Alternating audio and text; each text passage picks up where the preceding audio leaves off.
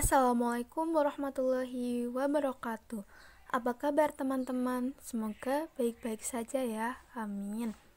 Nama saya Mei Dwi Handayani dari kelas 10 MIPA 3 nomor absen 20 dari SMA Negeri 1 Muntilan.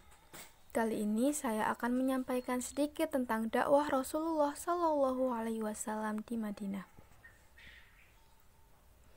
Sebelum Rasulullah Shallallahu Alaihi Wasallam hijrah, Madinah dikenal dengan nama Yasrib. Nama Yasrib berasal dari bahasa Ibrani atau Aram. Madinah juga dikenal sebagai Madinah Al-Munawwaroh. Yasrib terdiri atas berbagai suku dari bangsa Arab dan Yahudi. Kondisi tanah di Madinah terkenal subur. Latar belakang hijrahnya Nabi Muhammad SAW ke Madinah antara lain 1. Adanya tekanan dan pemboikotan dari kaum kafir Quraisy. Tekanan dan kecaman dari kaum kafir Quraisy terhadap kaum muslimin makin meningkat. Selain itu, kaum kafir Quraisy mengadakan pemboikotan terhadap Bani Hashim dan Bani Muthalib. Pemboikotan tersebut tertulis pada kertas sahifah yang digantungkan di dinding Ka'bah. Kertas pemboikotan tersebut akan dicabut jika Nabi Muhammad SAW menghentikan dakwahnya. Yang kedua, janji penduduk Madinah untuk melindungi Nabi Muhammad SAW. Dan yang ketiga, wujud ketaatan Nabi Muhammad SAW terhadap perintah Allah Subhanahu wa Ta'ala. Perintah berhijrah terdapat dalam Quran Surah An-Nisa ayat ke-100. Bismillahirrahmanirrahim. Wa may yuhajir fi sabilillahi yajid fil ardi muraghama katsiran wa sa'ah. Wa may yahruj min baitihi muhajiran ilallahi wa rasulihi thumma yudrikuhul mautu faqad waqa'a ajruhu 'ala Allah wa kana Allahu ghafurur rahima. Barang siapa keluar dari rumahnya dengan maksud berhijrah karena Allah dan Rasul-Nya, kemudian kematian menimpanya, maka sungguh pahalanya telah ditetapkan di sisi Allah. Dan Allah Maha Pengampun, Maha Penyayang.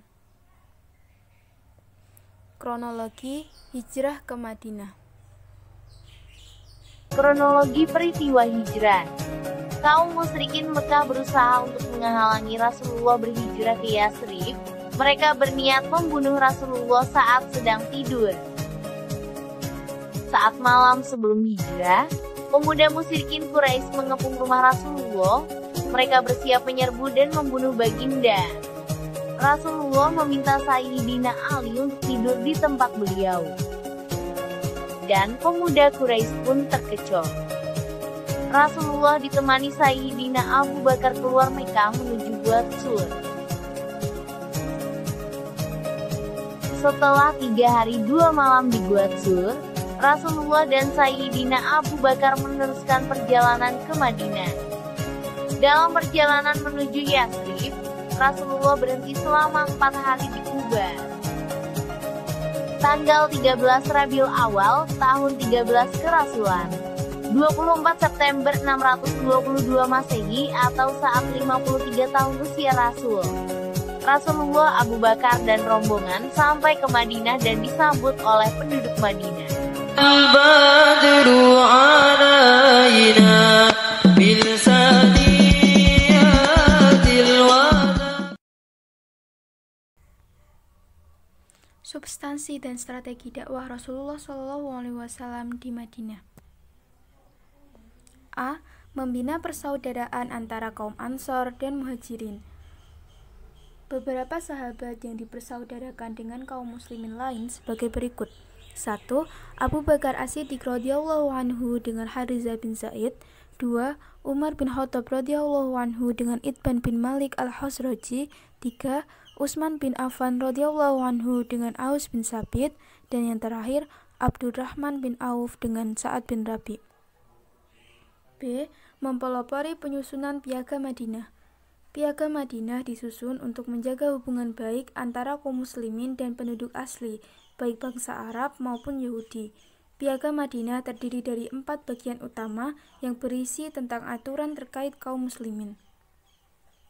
C. Membentuk kader-kader untuk mempertahankan wilayah. D. Menciptakan toleransi beragama. Penduduk Muslim, Yahudi, dan Nasrani memiliki kebebasan menganut kepercayaan, menyatakan pendapat, dan menjalankan agama masing-masing. Nabi Muhammad SAW mengedepankan perilaku toleransi terhadap pemeluk agama lain. Tindakan Nabi Muhammad SAW menampilkan prinsip agama Islam yang mengedepankan kasih sayang dan persatuan. E. Pembinaan akidah dan ibadah. Dakwah Nabi Muhammad SAW kepada kaum muslimin bertujuan mengajak mereka memahami ajaran Islam dengan baik. Selain itu, beliau mengajak dan memberi contoh kepada kaum muslimin tentang pelaksanaan ibadah. Masjid menjadi pusat kegiatan dakwah dan kegiatan kaum muslimin. Beberapa ibadah yang diajarkan kepada kaum muslimin yaitu azan, sholat, zakat, dan puasa.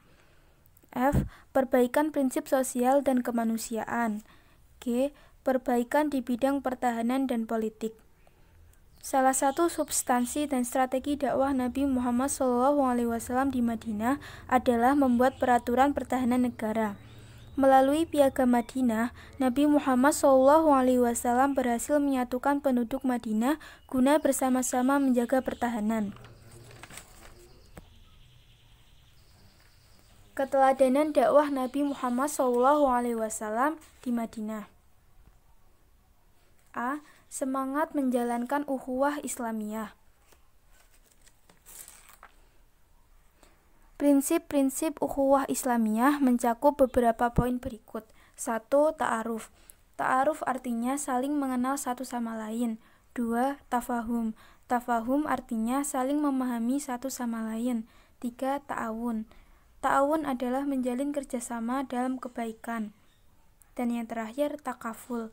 Takaful yaitu saling menanggung beban yang dipikul sesama muslim. B. Menjaga kerukunan umat. C. Kerja keras dan tawakal. Qala rajulun lin nabiyyi sallallahu alaihi wasallam ursiluna qati wa atawakkulu qala iqilha wa tawakkal. Seseorang berkata kepada Nabi sallallahu alaihi wasallam, "Aku lepaskan untaku, lalu aku bertawakal." Nabi SAW bersabda, "Ikatlah, kemudian bertawakallah." D. Bersikap toleran kepada sesama. E. Mengembangkan dakwah. Dan F. Membangun jiwa mandiri.